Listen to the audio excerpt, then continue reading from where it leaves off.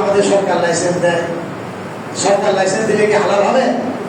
চুরি করে, ডাকাতি করে, জিনা করে, এইভাবে টাকা যদি কেউ আনে তাহলে কি হালাল হবে? এই যে জায়গা কিনলে টাকা পাইলা কই? হিসাব দিয়ে আপনার বাবার কাছে। তোমার মান কোথা থেকে তুমি কামাইলা? ধোকা দিলা, আমারে ধোকা দিয়া আমার জমিন অন্য কানে বিক্রি করে দিলাম, তাহলে টাকাটা কোথায় থেকে আসলো? আবার হজে নেবে, হজে গিয়ে বলবো আল্লাহ ক্ষমা করো, প্রশ্ন আসো না, আল্লাহ কখনো ক্ষমা করবে না। কাউকে ঠকাইলেন তাহলে হবে? কোথায় থেকে আপনি সম্পদ পাইলেন? বলেন। অনেক গায়ক আছেন আমাদের দেশে, গান বাজনা করে, গান বাজনা অভিনয়ের মাধ্যমে টাকা কামাইলে হারাম। বুঝতে পারছেন? এই যে অধিক মুনাফার লোকে তেল কাটকে রেখে বেশি বেশি ব্যবসা করে, এরাও হারাম। জোড়া হাউজিং ভাগ্য এগুলো হারাম। কুশলে কম ব্যবসা করে এগুলো হারাম। এগুলো করে যারা করে তারা কি সবাই বেনায় না ইচ্ছা ছাড়া আল্লাহর কাছে হিসাব দিতে পারবে না। নাম কি?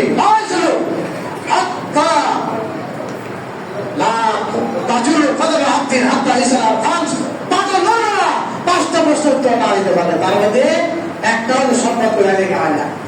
ঘুষ পকেটে কোথায় থেকে টাকা আসে এটা খেয়াল করতে হবে। চাকরি করো, হকামাই করো কিনা, ব্যবসা করো, প্রতারণা করো কিনা, এই উত্তর না দিলে যার নাম কনফার্ম হয়ে যাবে। কিন্তু এই যে মসজিদ না, শুধু এই মসজিদের অধিকাংশ মুসল্লি এই কাজগুলো আমরা করি, আমি বলি আপনার করি, তাহলে আপনার জামাতে কেমনে দেবে? ঠকে ঠকে বলে গেছে কবরে, লাভ আছে? কোনো লাভ নাই। মানুষকে ঠকালে আপনারা কি আল্লাহ সাথে আপনি নিশ্চয় কবর করবেন। 4 নম্বর প্রশ্ন,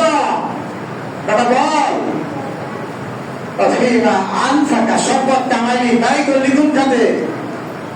আমাদের এলাকায় কিছু মানুষ আছে তারা মসজিদেও যায়, গানেও যায়, আছে কিনা আপনাদের মধ্যে? মসজিদ কমিটির সভাপতি, ওয়াজ মাহফিলের সভাপতি, ও ইতর গানের সভাপতি, হালাল হারাম বোঝে না। এখানে আছে যারা গানে যান, ওয়াজেও যান, এরকম লোক আছে।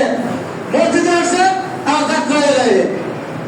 আজকে মসজিদের 5 টাকা না, মির্জাপুর যদি যাত্রা গানের অনুষ্ঠান হয় 500 টাকা না। তাহলে ফিমান ফাঁকা কোন জায়গায় তোমার সম্পদ ব্যয় করলাম সেটা তোমার হিসাব দিতে হবে। অনেকে বলে আমার টাকা আমি যা ইচ্ছা তাই করবো, বলে না? এই যে তোমার টাকা বিড়ি খাইলা, তোমার টাকা দিয়ে তুমি বিড়ি খাইলা, হিসাব দিতে পারবা আল্লাহর কাছে? তোমার টাকা তুমি সরদা খাইলা, হিসাব দিতে পারবা? তোমার টাকা তুমি মদ খাইলা, হিসাব দিতে পারবা?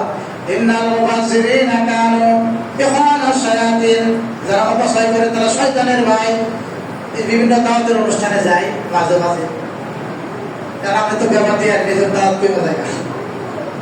2000 টাকা দিলে আমার দাওয়াত পারে, আর দিকে দিকে দাওয়াত দেয় মানুষকে।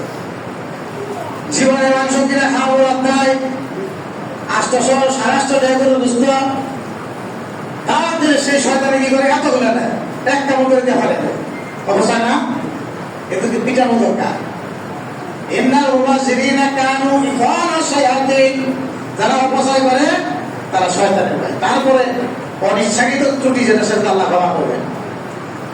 প্রিয় ভাইরা আমার, আপনার সম্পদে যেখানে খুশি সেখানে ব্যয় করবেন, এই কথা বলার সুযোগ নাই। ইসলাম বিরোধী কাজে আপনি ব্যয় করতে পারবেন না। আপনার সম্পদ ব্যয় হবে আল্লাহর দ্বীন প্রতিষ্ঠার জন্য, কোরআন প্রতিষ্ঠার জন্য, নবীর সুন্নাহ প্রতিষ্ঠা করার জন্য, অন্যায় উৎখাত করার জন্য, ব্যবসা উৎখাত করার জন্য। এই কাজে আপনার সম্পদ ব্যয় করতে হবে। জিহাদ ফি সাবিলিল্লাহ যদি করতে পারেন তাহলে আল্লাহ তাবারক ওয়া তাআলা আপনাকে জান্নাত দিবে। আপনার সম্পদে এতিমের হক আছে, মিসকিনের হক আছে, অভাবীর হক আছে, প্রতিকের হক আছে, বাবা মার হক আছে, আত্মীয় স্বজনের হক আছে। আপনার সম্পদে কি আপনার ভাইটার হক নাই, ভাতিজার হক নাই? অবশ্যই আছে, আদায় করতে হবে। আপনার আল্লাহ ধরে বানাইছে, আপনার বোন একটা করে, এই বোনের দেখাশোনার দায়িত্ব আপনার। কিন্তু আমরা কি দেই, আমরা কি করি? আল্লাহ তাআলা আমাদেরকে ক্ষমা করুন। 5 নম্বর প্রশ্ন,